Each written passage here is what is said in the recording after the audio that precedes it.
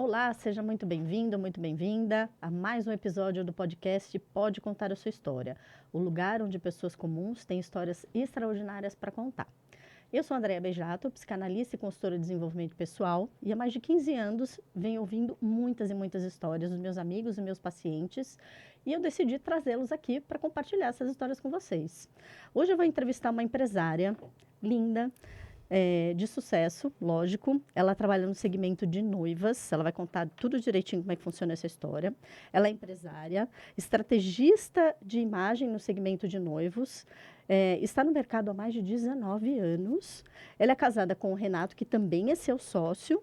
E ela é apaixonada também pelo autoconhecimento. E ela vai contar direitinho como é que foi a jornada dela nesse segmento aí de beleza e de noivos. Seja Uau, bem-vinda, Tati. Obrigada. Ela é mais conhecida como Tati May.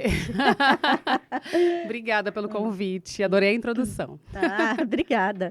E vamos lá, então, Tati. Eu vou fazer a pergunta aí do podcast. Conta pra gente aqui como que foi a sua história. Como que você chegou nesse segmento de beleza? O que que fez você escolher trabalhar com isso? Né? Deixa o pessoal conhecer um pouquinho da sua história. Bom, desde os 13 anos, eu sei o que eu tenho que fazer, assim, Olha. da vida. Sempre foi muito assertivo para mim o trabalho que eu teria que fazer. Não especificamente como eu faço hoje, obviamente, porque Sim. eu era uma criança. Mas eu entendi, assim, o conceito ali, o que tinha por trás daquele caminho profissional. Com 13 anos, eu fiz um curso de teatro, porque eu tinha muita introversão, eu era muito introvertida. E eu queria muito me comunicar com as pessoas, eu queria muito falar com as pessoas. Eu queria me expressar, eu queria ser autêntica. Porque aquilo que a gente é em casa, quando a gente é criança, não necessariamente é o que você é fora de verdade. casa. E eu via que tinha uma discrepância. Eu falei, mãe, me coloca no teatro. E, obviamente, curso de teatro naquela época era muito caro, e minha mãe não podia pagar. Ela falou, eu vou na escola e vou pedir, vou conversar lá com a diretoria, e vou pedir para você entrar, a gente consegue uma bolsa, dou um jeito, você faz. E fui fazer.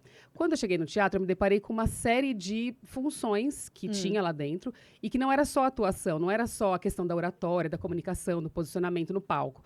Existiam outras tarefas que a gente tinha que aprender, como, por exemplo, maquiagem, figurino, entender sobre, não necessariamente com 13 anos essa palavra, mas os arquétipos, porque você precisava, né, ali usar arquétipos de comportamento, arquétipos visuais para poder fazer a parte de interpretação. E eu me encantei com isso. Não só com a parte de me expressar, de aprender a falar com as pessoas. Mas esse outro lado artístico fez seu olhinho brilhar. Exato. Estar num palco para atuar. Não necessariamente isso. Eu vi que tinham outras coisas. Eu sabia que ali tinha alguma coisa para mim. Eu fui uma criança muito adulta, infelizmente, porque eu me preocupava com coisas que criança não deveria se preocupar. E eu pensava o que eu ia ser no futuro. Então, eu já começava a pensar em coisas que eu poderia fazer para me ajudar. Que legal. E eu era uma criança, assim, eu pensava muito nisso. Minha mãe falava, bom, deixa eu colocar essa menina no teatro, que ela não vai me deixar em paz enquanto eu não deixar colocar no teatro. Desculpa. E aí, eu entendi que ali tinha alguma coisa para mim. E fui levando isso para frente. Eu fui elaborando visualmente o que eu gostaria de fazer no futuro. Obviamente que nesse percurso dos meus 13 anos até os 23, que foi quando eu comecei a trabalhar com beleza, teve muitas coisas aconteceram, né? 10 anos é bastante tempo? 10 anos. Eu trabalhei CLT, eu fui trabalhar no meu primeiro emprego com 16 anos, eu fui ser recepcionista. E fui aprender coisas, assim, tarefas executivas, tarefas de escritório. A vida vai colocando a gente nos ambientes para a gente modelar as personalidades e as habilidades que a gente vai precisar usar lá na frente. Porque esse tipo de experiência não se tem na escola. Na escola a gente tem o teórico, né? Mas lá no dia a dia, trabalhar em trabalhos mesmo que a gente não goste, mas a gente vai desenvolver exatamente a habilidade de lidar com pessoas difíceis, se expressar, se comunicar, situações delicadas. Esse trabalho como recepcionista, em primeiro lugar, ele veio porque eu precisava ajudar em casa, né? Então, financeiramente, a gente tinha que ter ali, todo mundo tinha que fazer o seu corre. Em segundo lugar, ele veio como esse suporte, né, de posicionamento. Eu era muito travada, eu era muito séria. E eu ficava na recepção, então eu tinha que sorrir, eu tinha que falar com as pessoas. Não então tem foi um treino melhor para você desbloquear isso. Exatamente. E os meus superiores, eles falavam, olha, sorria, cumprimente as pessoas. Então, eu vi que isso me preparou para o futuro, que eu precisava, né, me posicionar e trabalhar com pessoas exigentes, né, trabalhar com pessoas que, obviamente, tinham um refinamento ali no comportamento, diferente do que eu tinha de origem. Então, eu acho que tudo isso me preparou e me ajudou a ser quem eu sou hoje e fazer o trabalho que eu faço hoje. Quando eu estava nesse período de trabalhar nesse lugar, e eu comecei a pensar na minha profissão, porque eu trabalhava num cursinho pré-vestibular. E aí eu vi aqueles alunos todos estudando muito para passar em medicina, e eu nunca pensei nisso, porque eu já sabia o que eu queria fazer.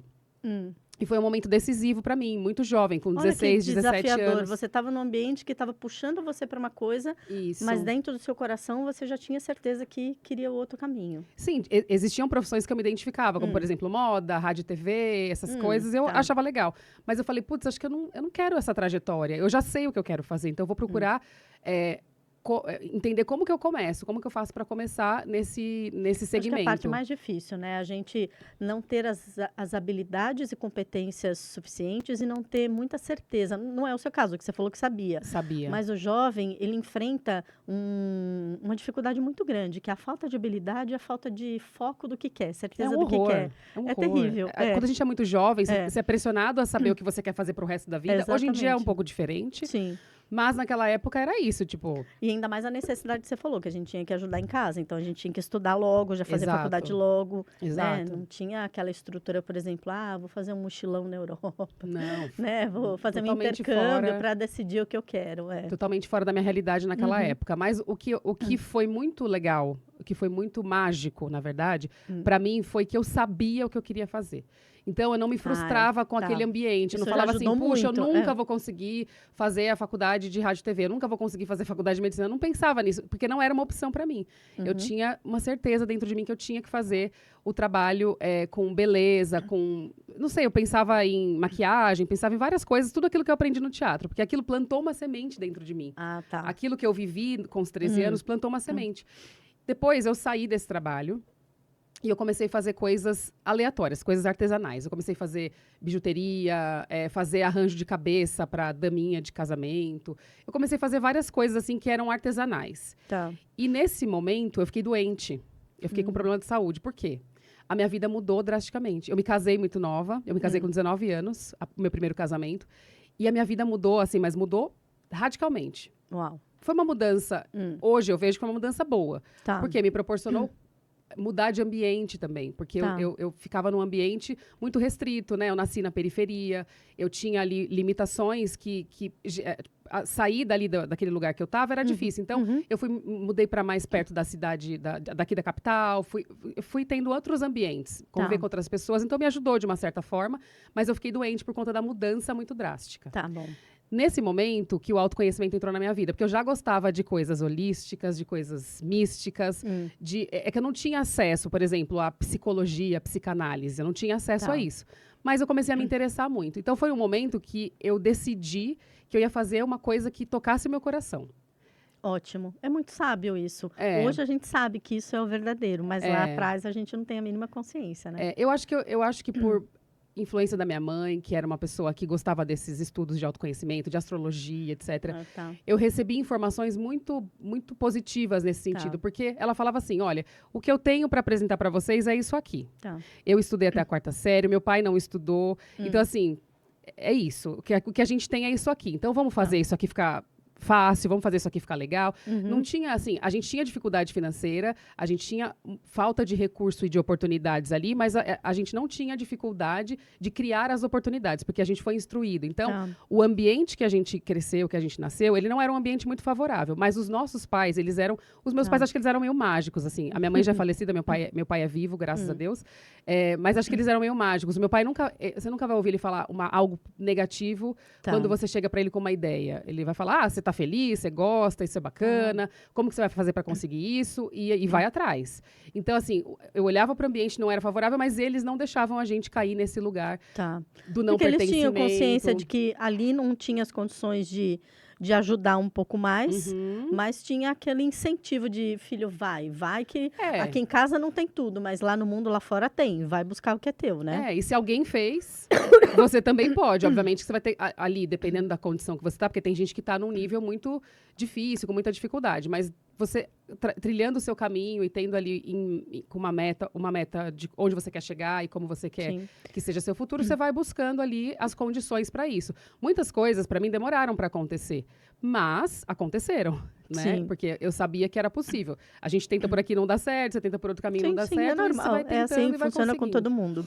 Exatamente. E que bacana você compartilhar essa história, porque ela é muito parecida com a história de muitas pessoas, Uhum. né? Principalmente do brasileiro. Uhum. O brasileiro tem muito esse padrão dessa história de vir num ambiente de escassez de cultura dos pais, porque Sim. talvez não tenham tido a oportunidade. Escassez também de recursos materiais. Uhum. Mas o brasileiro, ele é um empreendedor nato, ele é um Sim. guerreiro nato. O brasileiro, ele tem fome, ele é um sonhador. Uhum. E isso é muito característico do latino. O Sim. latino, né? Ele Tem o civirol na veia, né? Exatamente. Então, o latino, o calor influencia isso muito, né? Uhum. De buscar as coisas. E é bacana, porque muita gente que eu acredito que está ouvindo essa história está se identificando Olha, com o eu seu vi cenário. eu tenho uma história na minha casa que é muito maravilhosa. A minha mãe, Quantos irmãos vocês são? nós somos em 5 filhos. Olha só. A minha irmã mais velha, meu irmão que faleceu, eu não conheci ele, faleceu bebê. É. Depois tem uma outra irmã, eu e a mais nova. Tá. E todas as minhas irmãs, que se elas sentarem aqui para contar a história, vai ser bem parecido, porque a gente superou muita coisa, né, Uhum. com as dificuldades.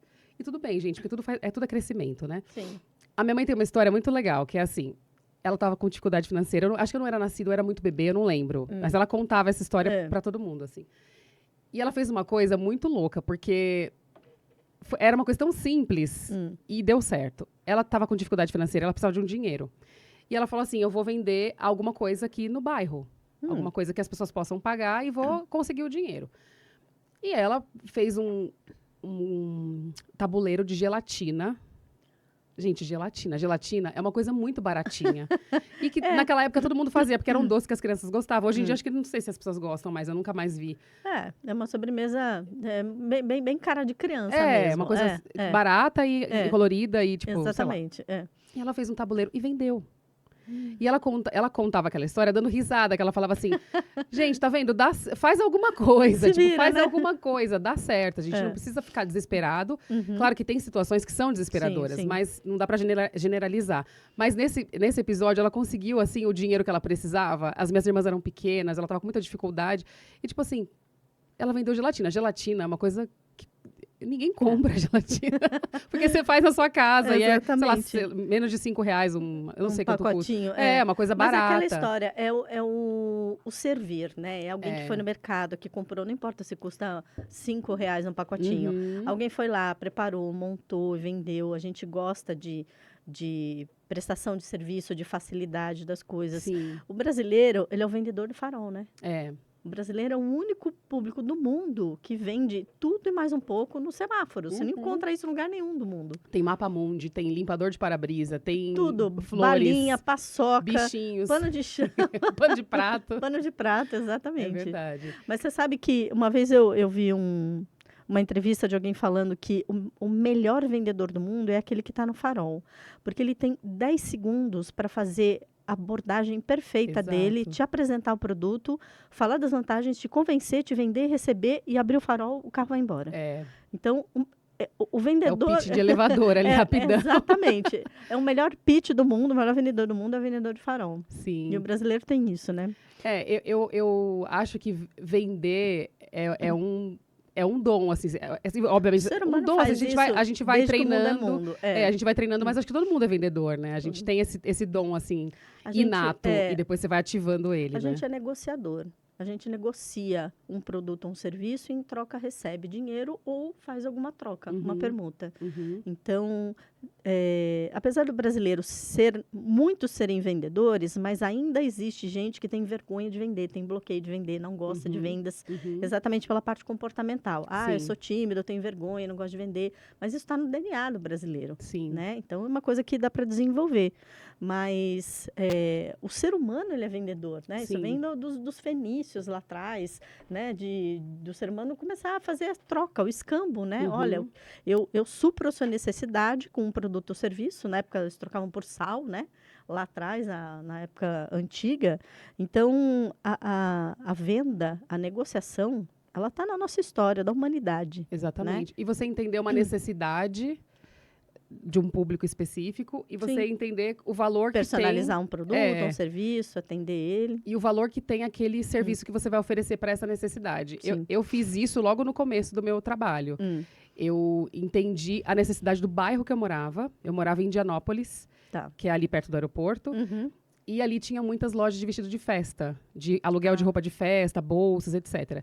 E eu já queria trabalhar com beleza, porque foi nessa época que eu fiquei doente. Eu comecei a pensar, a listar tudo que tocava o meu coração, que eu queria fazer. E tudo tinha uma coisa meio artística, meio artesanal, meio autoconhecimento, beleza, essa coisa mais da estética e da aparência. E aí eu falei, bom, eu vou... Maquiagem é uma coisa que eu sei fazer, eu já sabia fazer, era uma coisa que as pessoas gostavam quando eu fazia em mim, e era uma coisa que funcionava quando eu fazia nos outros. Então eu falei, vou oferecer isso, vou me aprimorar nisso, vou estudar e vou entender como que eu posso sanar essa necessidade aqui do meu bairro. Não precisa ser da cidade inteira, é só do meu bairro. Então foi esse o pezinho que começou você a entrar no segmento que você trabalha hoje. Exato. Foi pela maquiagem. Foi pela maquiagem. Legal. Eu entrei pela maquiagem e penteado, né? Fazer a beleza ali para um evento. Porque como eu ia atender as minhas clientes do bairro, o que eu pensei? Elas não vão para o cabeleireiro e depois vão para casa se maquiar. Eu preciso aprender a fazer os dois. E aí, ao mesmo tempo, eu estudei e fiz cursos para aprender as duas coisas. E foi muito rápido, porque eu já tinha uma certa habilidade. E fui treinando nas vizinhas, nas pessoas que eu conhecia. Fui aprimorando as técnicas e o tempo de atendimento, porque tinha que ser rápido. E aí, eu comecei a distribuir os meus cartões de visitas no bairro. Falar, oi, tudo bom? Eu sou a Tatiane, eu sou maquiadora, faço penteado, atendo em domicílio. Se tiver alguma cliente precisando, pode me ligar. E aí, eu fui distribuindo cartões no bairro. Em uma semana, eu estava com as agendas já... dos finais de semana seguintes já completas, já preenchidas, com clientes ali pontuais para eu atender no bairro. E fiquei, durante uns 2 anos, atendendo no bairro. Atendendo clientes que iam em casamento, em festas, eventos sociais, e também estúdios fotográficos. Então, eu fiquei por anos atendendo só no meu bairro, não precisava sair dali.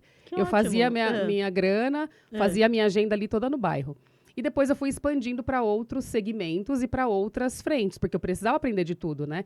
Então, eu me ofereci para trabalhar com TV... Conheci muitas pessoas nos estúdios fotográficos. Então, fui trabalhar em TV, fui trabalhar em teatro, fui trabalhar com eventos, porque evento social sempre foi meu foco. Fazer casamento, fazer festa de família, festa debutante, formatura. Então, esses eventos eram todos o meu foco. Mas eu sabia que eu tinha que aprender outras coisas. Ver o mercado, né? Sentir a necessidade do mercado da beleza. E eu fui aprendendo outras coisas.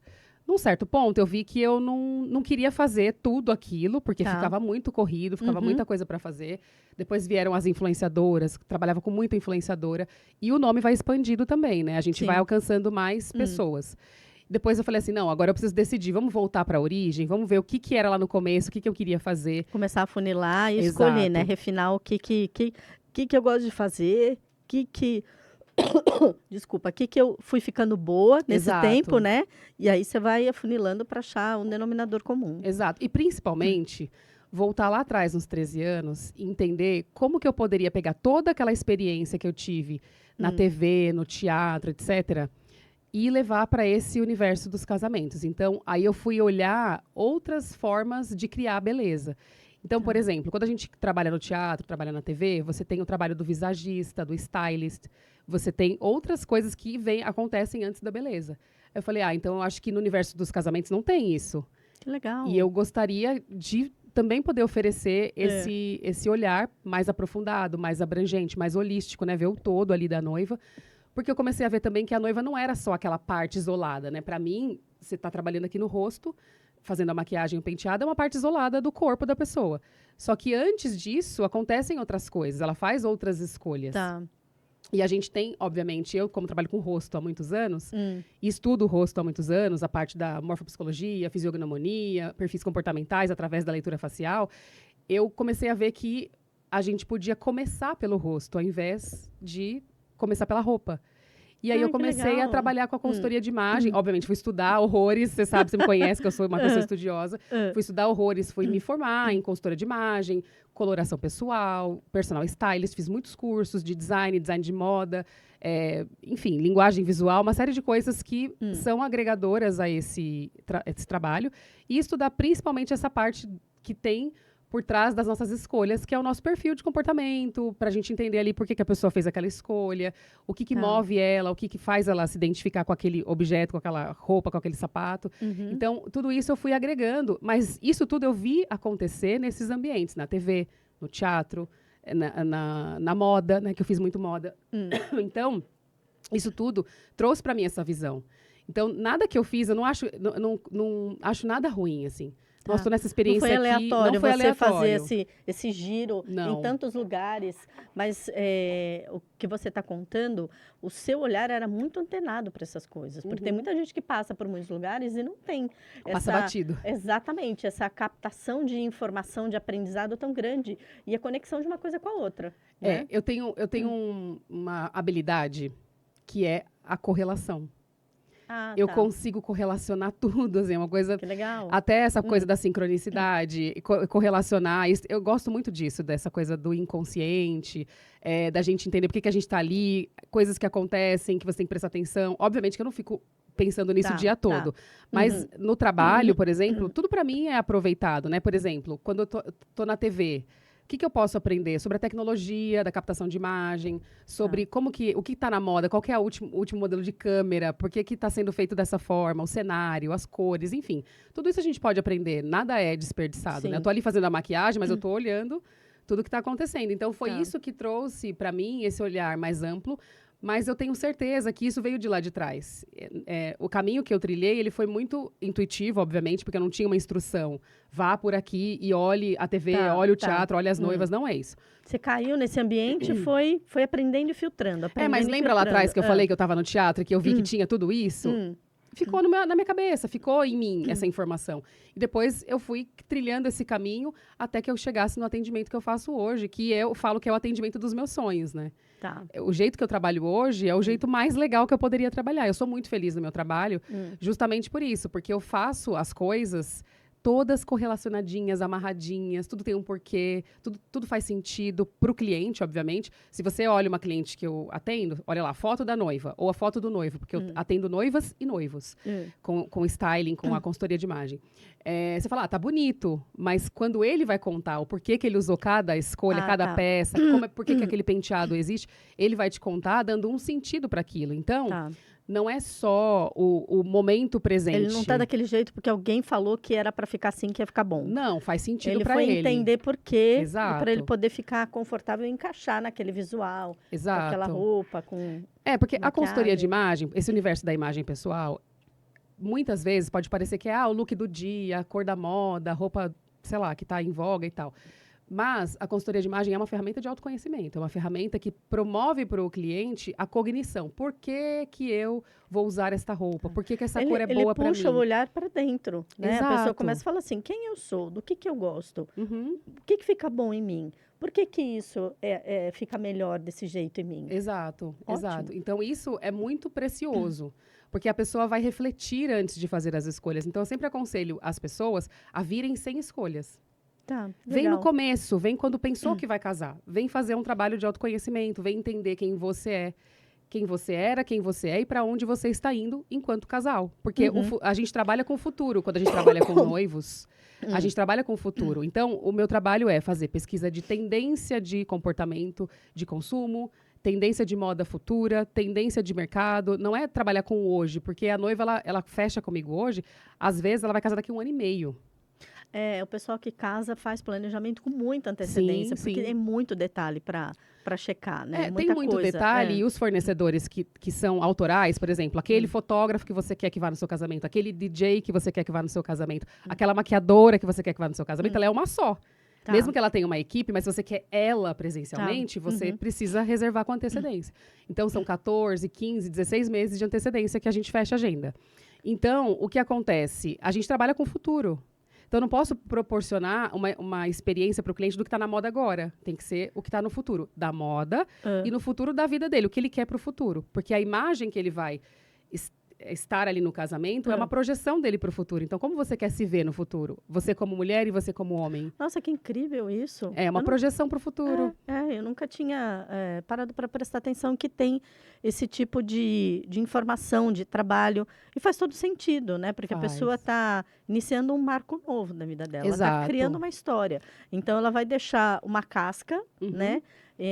O eu solteiro para o eu família, o eu casado, o eu casada. Exato. Então, é importante mesmo trabalhar esse despertar da consciência. Como que eu quero ser agora com o meu parceiro, com a minha parceira? Exato. E como que eu quero o futuro? Como que eu quero...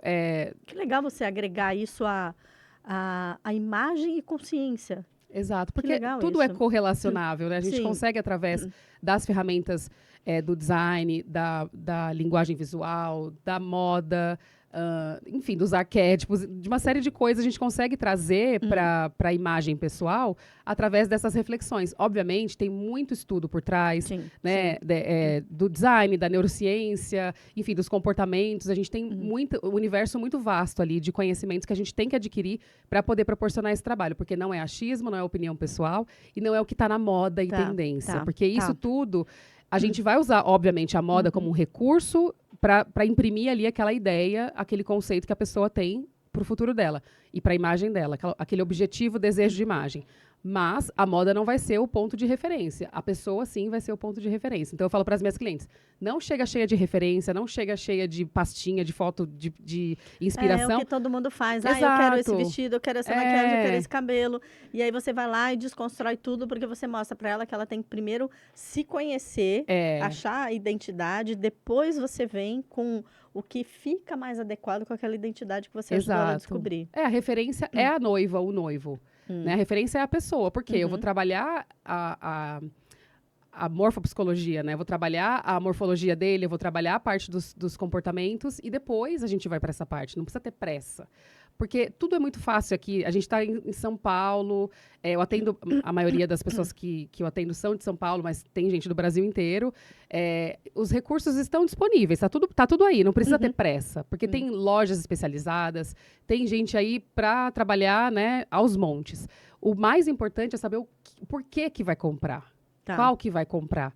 Né? Qual que é o adequado para você? Que cor que combina mais com essa mensagem que você quer transmitir? Então, não é uma coisa aleatória, não é algo que você vai fazer um copy-paste, né? Você vai ter ali uma estratégia, um raciocínio por trás. E o que eu falo que o que mais é importante tem que fazer sentido para a pessoa. Porque muitas vezes você pega algo que está na moda ou algo que está na referência ali do Pinterest e você aquilo não imprime o que você é. Aí você coloca no corpo e você fala, puxa, não era bem o que eu pensei. Quantas clientes já me contrataram, assim, quase chegando perto do casamento, falando, eu comprei o vestido e não gostei, eu quero trocar. Meu Deus. Né? Ou fazer uma adaptação, ou fazer uma customização. Há 2 semanas atrás, eu atendi uma noiva assim. Ela comprou um vestido lindo, só que não a representava. E ela estava em Nova York e me ligou. Tati, você acha que eu encontro alguma coisa aqui? Eu falei, óbvio que encontra. Aí é como aqui, tem muita coisa de noiva legal. E aí ela foi procurar e a gente ficou falando online e ela encontrou a roupa. Até postei no feed o depoimento dela, porque de fato foram 14 meses ali juntas trabalhando na imagem dela e realmente foi um resultado que ela ficou muito feliz e satisfeita. Ela estava radiante no dia do casamento, justamente porque ela sabia que as escolhas que ela fez foram acertadas e eram as escolhas perfeitas para ela. Que legal. Muito Exatamente. Muito interessante. Quanto conhecimento, eu não sabia que tinha esse bastidor todo por trás para uma noiva entrar lá na igreja e quanta informação e gente trabalhando, um back-office gigante, né? Você sabe que quando eu fiz mentoria com você, gente, eu fiz mentoria com a Andréa. Foi maravilhoso. Durante a pandemia nós fizemos. Pois é verdade. E nessa época, há quase 5 anos, 5 anos atrás, eu, de fato, já fazia esse trabalho dessa forma, já tinha clientes, não divulgava horrores, porque eu ainda estava... Sabe quando você está sentindo? Você fala, gente... Deixa eu sentir, deixa eu ajustar, deixa eu entregar. Porque, assim, quando você estuda consultoria de imagem, o styling, quando você faz os cursos, ninguém vai te ensinar a fazer a consultoria para a noiva. Eu tive que fazer as minhas adaptações, criar um método, fazer as minhas considerações, aplicar muitas vezes e depois entender. Cheguei no formato e, obviamente, sempre ele está em estado beta, né? Sim. Sempre a gente vai adaptando. Mas, naquela época, eu falei... nossa, será que é isso mesmo? Será que as pessoas vão entender? Porque será que nem você falou agora, eu não sabia que isso era possível. Uhum.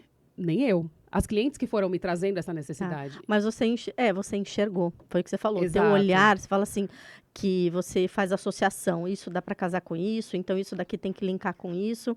Você foi criando isso dentro da sua cabeça. Exato. E aí você tinha a fase de, bom, eu criei na minha cabeça, agora eu preciso ver se eu não sou louca, eu preciso testar. Então Né? foi por isso que eu te procurei, porque eu falei assim, cara, eu já fiz tanta coisa legal, Hum. já fiz tanta coisa diferente, já superei tantas coisas.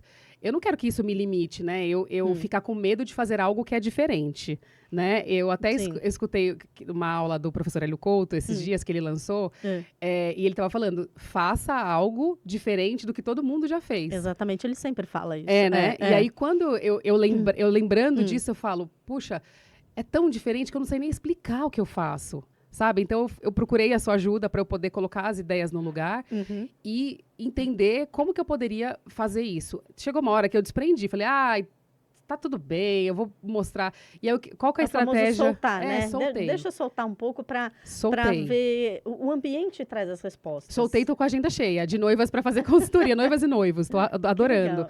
Incluí os noivos também, porque eu atendi muitos anos só mulheres, né? E agora entraram os meninos. E aí, se você olhar o meu conteúdo, por exemplo, eu tenho muito conteúdo dos clientes falando da experiência. Porque é muito mais fácil eles falarem. Isso é ótimo. É a validação deles, é o testemunho Exato. deles. Porque, assim, o que eu percebi? Quando eu tentava explicar, eu ia muito para um caminho comum. Técnico, exatamente. Você estava explicando o seu olhar de como que faz. Exato. E o cliente dá depoimento de como ele se beneficiou. Exato. O quanto foi bom. E aí, eles conseguem explicar tão bem. E eu fico tão orgulhosa, porque eu falo assim, eles foram educados a respeito deles mesmos. Legal. A respeito dessas escolhas que são muito difíceis. Porque o momento do casamento, gente, é um momento muito louco. A pessoa, ela tá lidando com as famílias, porque são duas famílias, com as expectativas de todo mundo, com as suas expectativas pessoais, com todas as projeções e todas as coisas que a gente, né, deposita ali, tanto no processo, né? Por exemplo, os noivos projetam coisas na gente, que a gente quer fornecedor, eles esperam, têm expectativas. Os pais também nos noivos, é um fluxo, assim, de coisas que as pessoas têm muitas expectativas. Todo mundo tem expectativa. Quem está servindo e quem está sendo servido. Então, e outra, você está entrando numa família nova, você está unindo a sua energia com de outra pessoa. Tem coisas físicas e metafísicas acontecendo. É intenso. É muito intenso. E isso tudo deixa as pessoas um pouco à flor da pele. Então, esse processo acalma, ajuda. Eu falo que eu sou uma facilitadora de escolhas. Porque a partir do que a pessoa ela acaba tendo facilidade de escolher ali aquilo que é mais adequado para ela. Te ajuda até ela organizar as informações que ela tem com as que você fornece. Ela encontra o denominador comum e faz a melhor escolha. Exato. Por isso que é bom vir no comecinho, porque daí eu consigo ajudar mais. Boa, boa. E, bom, a gente já está com o nosso tempinho aí chegando no fim. A gente, né? Como fala, né? O que você deixaria de mensagem para quem quer empreender? Vamos usar o seu segmento, né? De beleza, de moda, de casamentos, de maquiagem. O que você deixaria de conselho para quem quer começar a empreender nesse segmento? Olha, hoje em dia é muito tranquilo fazer essa parte do marketing, porque você consegue espalhar o seu nome com muita facilidade, fazendo um trabalho certinho, correto, coerente, dentro da internet, dentro do Instagram, do TikTok, todas as redes que existem. Então, você consegue fazer isso com muita facilidade. Eu acho que o que vem antes disso é o autoconhecimento. Quando você entende aquilo que só você pode oferecer. Por exemplo, eu comecei como maquiadora, mas eu entregava maquiagem? Não, somente, eu entregava a técnica de maquiagem, mas por trás tinha todas as coisinhas que só a Tati faz. E é isso que a gente precisa entender, para a gente se empoderar. Tanto de vender o nosso trabalho. É onde entra o fazer o diferente que o Hélio fala. Olha, eu posso até ir por esse segmento da maquiagem, mas eu vou agregar alguma coisa, eu vou personalizar de algum jeito, onde eu consiga me diferenciar. Aí ser feliz, entregar um bom produto ou serviço e entregar um bom resultado. Claro, a gente precisa começar pelo ofício, você vai aprender a fazer. Então, você vai aprender a maquiar, você vai aprender a pentear. Só isso tá bom, tá, gente? Porque hoje eu faço muita coisa, mas eu comecei como maquiadora e penteadora. Então, eu me especializei nisso. Eu fiquei muito boa na técnica, eu conseguia entregar um serviço muito rápido, muito bem feito. Então, eu conseguia encher minha agenda e conseguia deixar a cliente feliz. Porque tem horário para você cumprir. A noiva não pode chegar atrasada, a gente tem horário para cumprir. Então, alta performance técnica, em primeiro lugar. Ótimo, ótimo. Depois, você vai para essa parte de você entender como você quer entregar.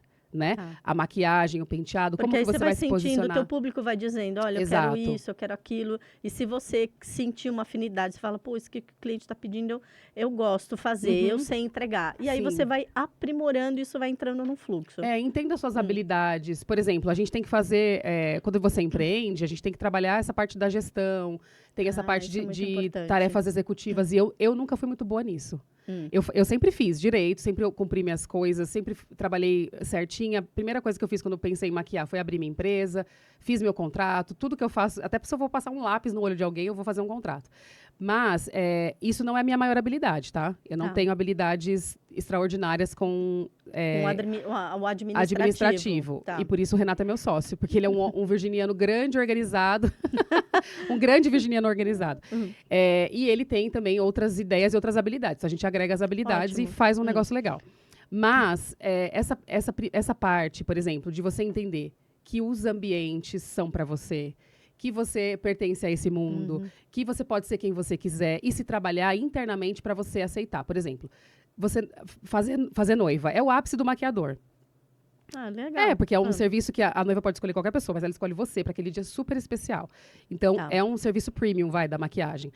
Então, você pode relativamente cobrar mais por Tá. isso. Mas se você não tem autoestima, se você não sabe o seu valor, você não vai cobrar. Então, para isso, você precisa se autoconhecer, você precisa entender quais são as suas limitações, quais são as emoções que te governam, né? Para você poder colocar isso em pauta, às claras, para você enxergar, tá, eu tenho que lidar com isso aqui, e isso vai trazer para mim um ganho lá na frente. Que foi isso que eu fiz. Entender quais são as emoções que me governam, para deixá-las um pouco de lado e eu assumir o controle. Muito bom, muito sábio, Tati. Olha, adorei bater esse papo com você, conhecer um pouquinho mais em detalhes dos seus bastidores profissional. Fiquei encantada. Já vou divulgar você para um monte de cliente. E para as pessoas que quiserem conhecer seu trabalho, qual que é seu Instagram? Eu tô no Instagram, no @tatmake. Ah, tá. TATmake. Sem o I, tá, gente?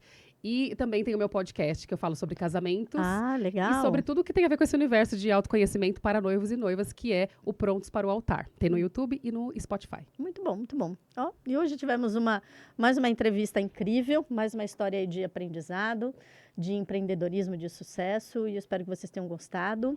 Beijo e até a próxima entrevista. Tchau, tchau. Tchau. Que legal. Adorei! Muito bom. Gente.